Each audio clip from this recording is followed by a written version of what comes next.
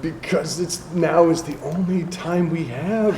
I mean, there's a lot of reasons the opportunity made itself present, but also, I mean, I think some of that is just an unconscious movement of our public canvas. We're in a 90s kind of revisitation, which is cyclical and very much in keeping with the way I kind of view it is the way they sold the Happy Days pilot was because they were in the 70s, a period of 70s cyclical revisitation. I'm sorry, 50s Revisitation in the revisitation 70s. in the 70s. You know, that's a 20-year cycle. We're about there, and the Tick is emblematic of that time loosely. So that has a certain, that builds something that is like almost, anyway, that gives us one piece of it, but then it also happens to be that superheroes are so incredibly saturated at this point that I didn't expect that the culture would be like this. I've started to view it as, I think the Tick should be funny, but this whole thing is a little bit chilling. So, which leads me to a question for you, please.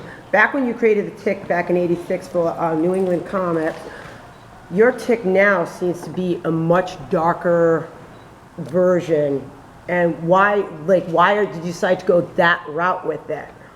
It's interesting when you look actually at the comic book from that time. I find this just interesting. Like, first of all, like one of my key targets of parody was Daredevil, because the Frank Miller Daredevil run was kind of really at the height of it. Now where we are, but in this medium, Daredevil is among the highest ascensions of character. Anyway, the environment is very similar.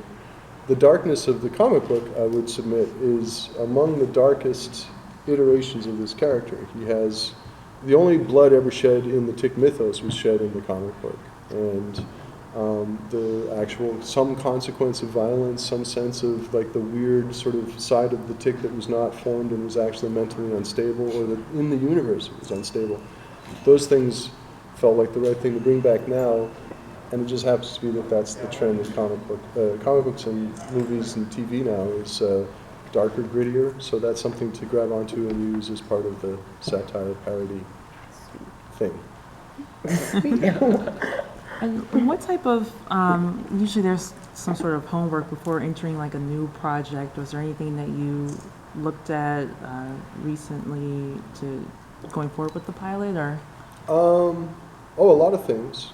I mean, it was important to look. I've always been tracking superhero fiction pretty closely, but I had to I watched everything that came out while I was doing it just to see what I ate it all.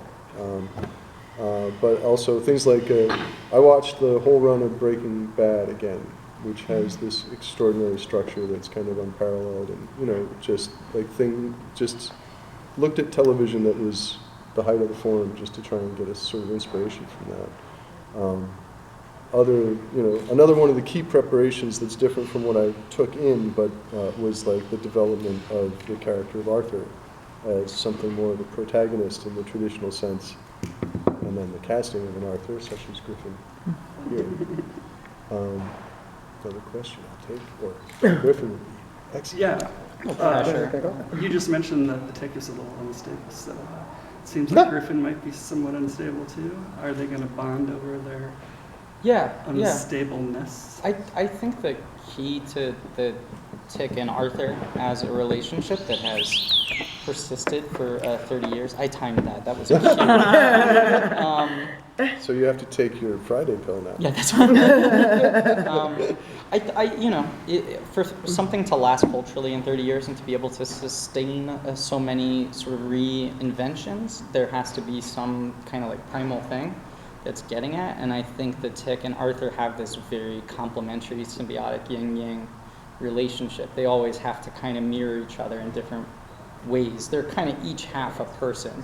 So I think this incarnation will hopefully be a little more about their psychological deficiencies each, but I think they are different deficiencies. I think Arthur is too aware, and the Tick is too unaware of his surroundings, But the darkness, maybe,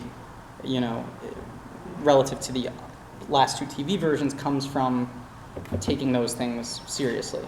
not the taking the characters too seriously from our point of view, and that they can't be funny, No, but treating their problems with real weight. Now, think will that so. mean that between you and the tick, will there be this whole different backstory that will be introduced that wasn't previously, say, introduced in earlier versions? Yeah, I think, I mean, 'cause that yeah. would be kind of cool to see of how this whole yin-yang relationship comes about, Yeah. you know, of their dependency. Yeah, Which I sure. find psychologically for thriller, you know, at a different level for thrillers, I find that totally, really, I get all grissom with it. No, this is definitely, this version is designed, I intend for it, if it can get through the pilot phase, it seems like it's being initially well received, and hopefully we'll build off that. Like, to do something like a 4 or 5 season arc that tells all this, the story will be complete, and you'll understand everything, I think, about the yin-yang elements that are the sort of story core of the Tick and Arthur, and what the Tick is, and what the Tick is to Arthur, and what Arthur is to the Tick, and what they are to the world. They will save the world, I guarantee it. That's, well, if the American public lets us. then you will. Yeah. Otherwise, the world will actually be a much more fictional issue, and we can just say it was saved in a memo, probably.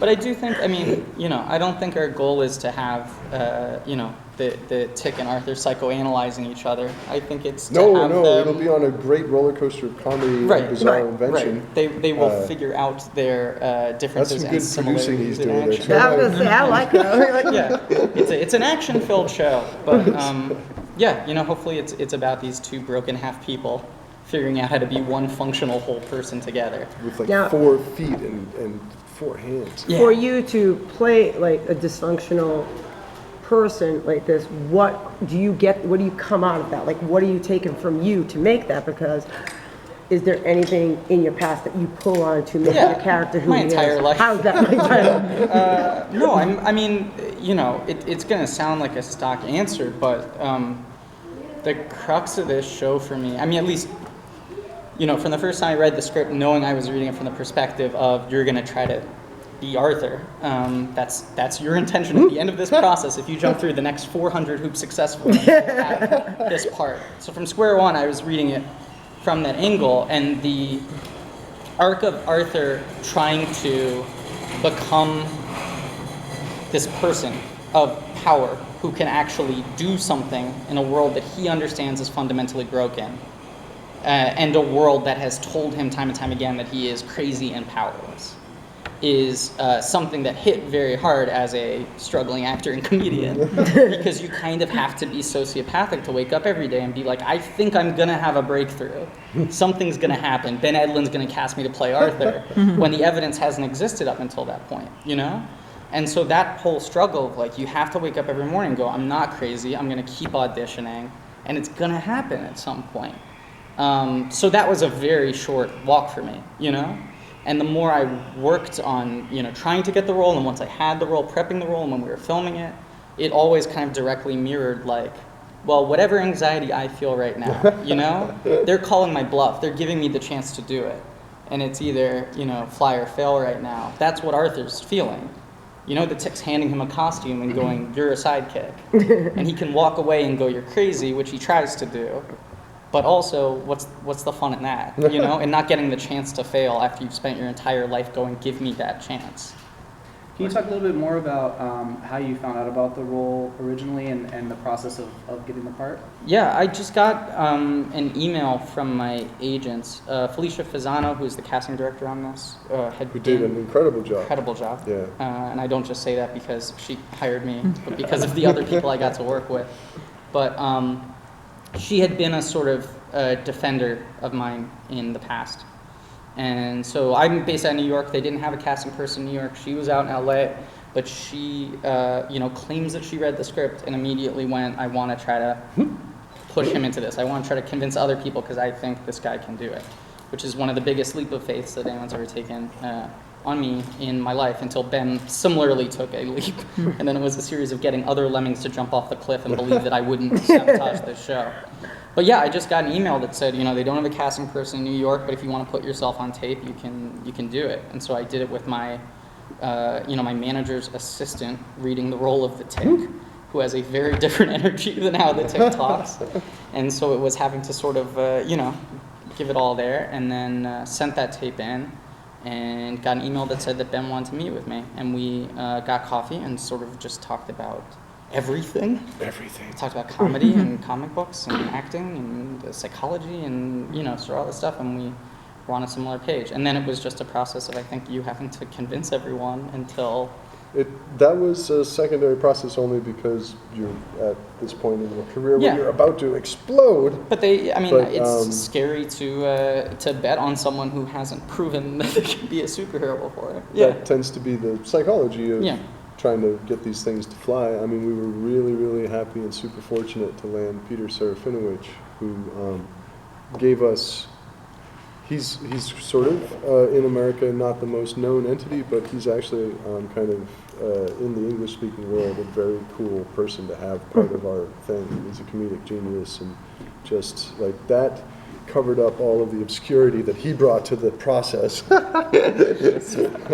it actually, but that was part of a back and forth. We had Griffin as Arthur long before we had any real lead on the new Tick. So we had to try and keep him available. He had to try and believe in my enthusiasm, while other people, because he really is, believe us, he's in demand. No, so there were you were getting offers and things were happening where we were just we couldn't get all the people involved in the process to agree on him because it was too much of a leap so early. It's that you were the apartment we found first. And I had also met with you before you had hired Wally to direct, so there's even that thing of Because you want the director to have input too. Right, they want to have that sort of control. So I had to sort of wait until Wally signed on, and then Wally watched the tape, and they went, okay, he's good with it too. Yeah. But it came down to the screen test we did with Valerie Curry, who plays my sister on the show. And she was really great. The first person we cast was Valerie Curry as Arthur's sister. She's amazing. I love her. She did something really important for us in terms of grounding everything with real heart. So it started there, and then we just had to get, it was really good of her to come in and offer that chemistry because that helped a lot. Yeah. So that was really cool. It helped a lot in getting me hired, I think, because she's so good that it made me look better, and we looked similar enough that It did. assuaged Well, there that was fear. what you want. There was something like, because we had the camera running when they were just sitting pretending to be in a car together, and there was a sibling sort of chemistry, something that felt like really real. So that's the kind of thing you try to grab as much of that, especially in the context of making an absurd guy in a blue rubber suit, his antenna move on. I mean, you want to ground.